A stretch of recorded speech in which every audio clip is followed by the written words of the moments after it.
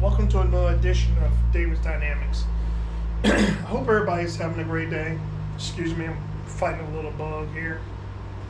But, like I said, I hope everybody's having a great day. And it's sunny today, but I heard we're going to have some more rain coming in. So hopefully you're getting your swing in on the range and getting that swing dialed in. We went through just about all the drills. I mean, there's plenty of more, but just want to talk about today just something easy on for the ones who've gotten their swing stuck in and the ones that are still working on their swings. We have one important thing, very important aspect of this game that we need to work on. Whether we're hitting driver, whether we're hitting our woods, hybrids, or irons, we need to work on distance control. Now, I've always been a advocate of having 3 distances with each club. Now, you don't have to swing harder. You don't have to swing, I wouldn't say softer. My thing for me is how far do I take the club back?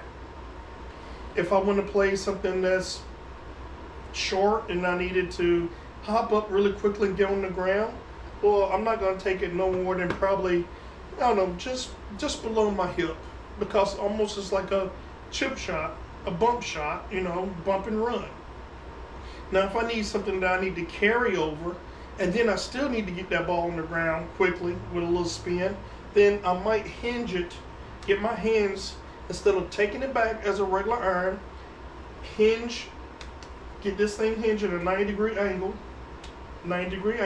get it my hands just about my hip height, and then come down on it, okay? Now, if I really just need to get it out there at a certain distance so I can have a short iron into the green, or have a 60 or a 56 or a 52-degree wedge, then I'm going to probably take my club back almost to my shoulder, down to lost parallel, and then swing from there. So what we want to do is we want to work on distance control. And distance control is key, because it doesn't matter how far you can hit each iron. And I'll give you a perfect example. The group that I play with, these guys are enormous. They can hit a long way.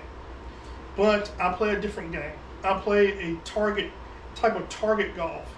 I try to hit it my general yardage, which is between 5 and 10 yards, which is the original. But my fellows, they can pretty much put it out there.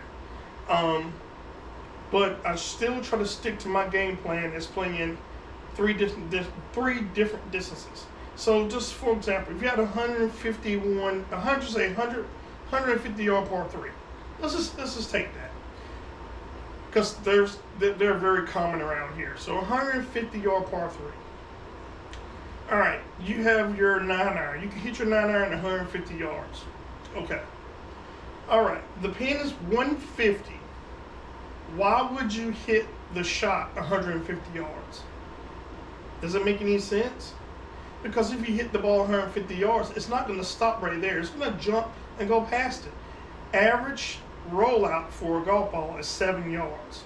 So there you go. You're putting yourself in a serious dilemma of going past the flag, and minus, we don't know if there's thick grass back there that's going to hold the ball up.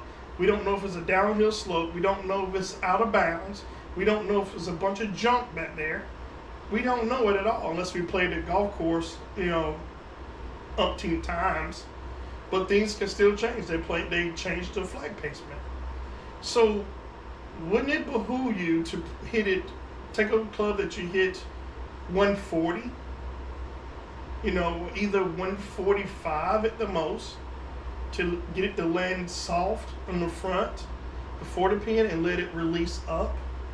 So there's a lot of times that we try to manhandle these golf courses when the golf course is going to want you to do that.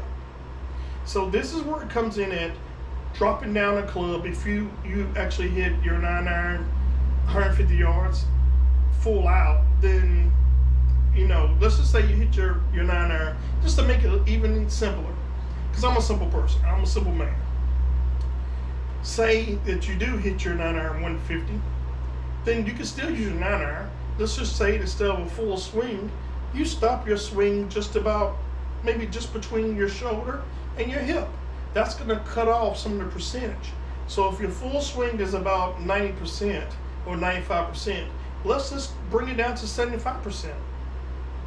And that should pretty much do the trick of dropping at least 10 yards, maybe 15 at the most, and allow the ball to hit, jump up, and roll up to the pin instead of overshooting the pin. Now I can see if you have a backstop, then yes, we want to overshoot that pin and we want that backstop to make that ball spin back. But then we have that's a different beast of of another day, because too much spin can hurt you, just like not enough spin. So let's get into this. This is my gap wedge here. So my gap wedge is, I'm very comfortable with my gap wedge around 60 yards. Now, 60 yards is just going to be the minimum that I'm going to use my gap wedge. Anything else, I'm going to use below 60. I'm going to use my 60-degree wedge or my 56, but I'm going to turn it up to about a 58, something like that. And I don't like to manipulate clubs like that, so maybe my 60-degree on down. So right now, since hopefully you got your swing dialed in, and then if you don't, still go out and practice. You got to know which club does what. You have 14 clubs in the bag. It doesn't mean that every time you go out to golf, even if it's the same golf course, you got to use 14 clubs. Okay? One of those clubs or two of those clubs can sit out the rest of the game, and you can just go ahead and play the clubs you have that day that you're striking very well. Okay, let's get into this. Alright, so this is my gap wedge here. So my stock shot for my gap wedge, and hopefully you'll be able to hear it called out. I have my launch monitor up here along with my iPad. We'll see if it calls it out. But I'm just going to hit my stock like I'm out 60 yards. Okay? Well, it's going to fly 60 yards. I don't know, because I'm playing with different golf balls. Now, the golf balls and this is one more caveat. If you can practice, if you have a simulator at home or a simulator that you can use, or your coach or your private country club, use the same golf balls that you play with. You're going to get used to that spin rate. You're going to get used to that launch angle. You're going to get used to the smash factor. You're going to get used to your spin axis. You take so much information off the golf ball that you're using instead of hitting different golf balls. But I'm doing this just for filming purposes. Okay, so some of these might jump off a little bit quicker, but it shouldn't be too much far offline. Hopefully. All right, so this is gonna be my stock shot. I'm looking for 60 yards. All right.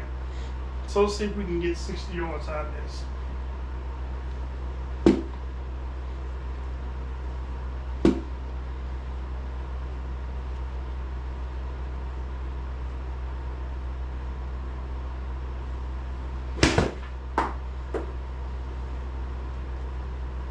Let's see.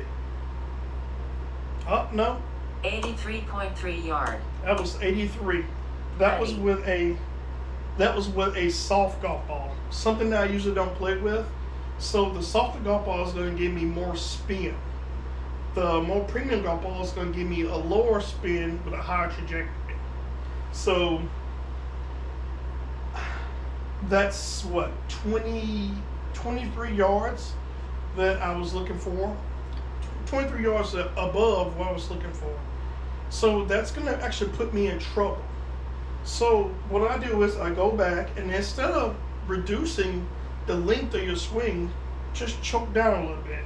So we're going to choke down on the club. You don't have to come all the way down to the middle. We just want to get down just a little bit more.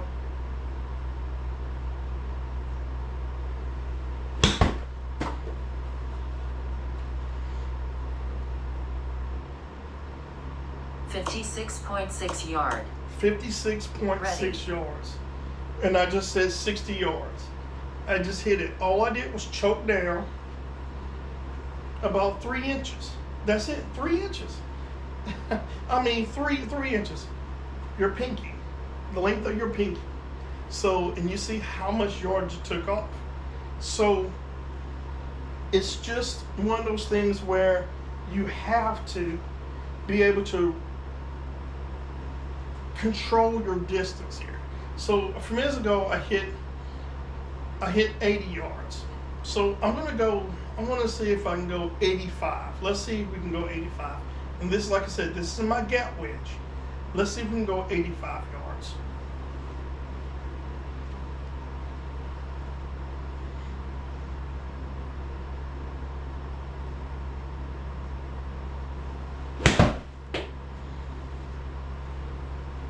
It's a decent strike.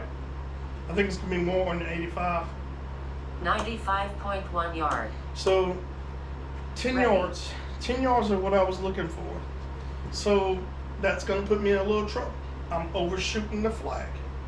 But once again, I have to assess the situation. If I have a backstop, if there's a hill behind the flag, I'm expecting that ball to come back, roll back down to the flag. If it's not, if it's OB, then I'm in trouble. If there's a bunch of junk or high grass back there, I'm in trouble. So I am trying to get it back around to where I need it to be. So we did say about 85, 87. So let's see if we can get that.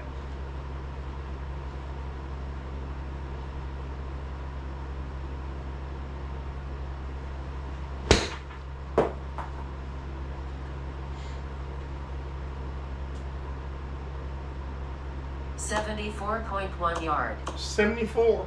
Ready. 74 yards carry, 78.2 total.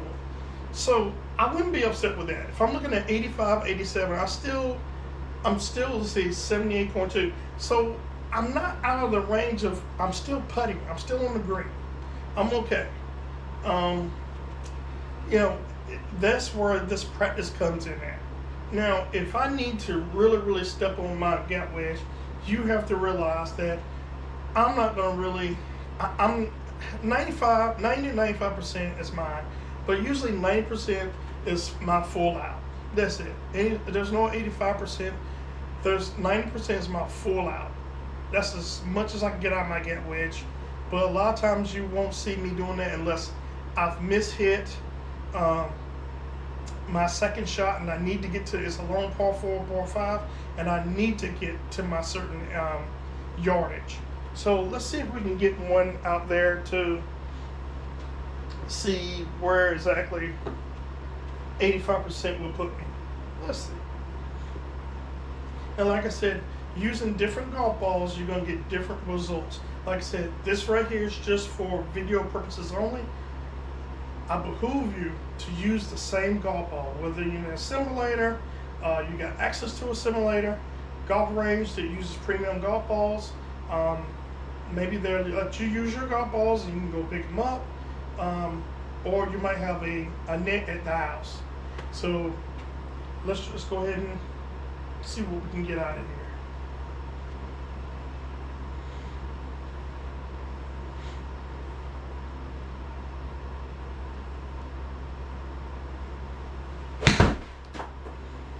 That was a mishit on that.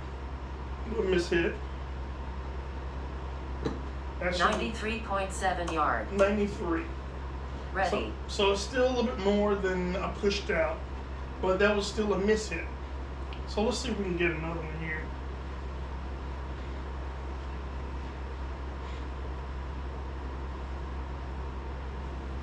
I think that was a good one.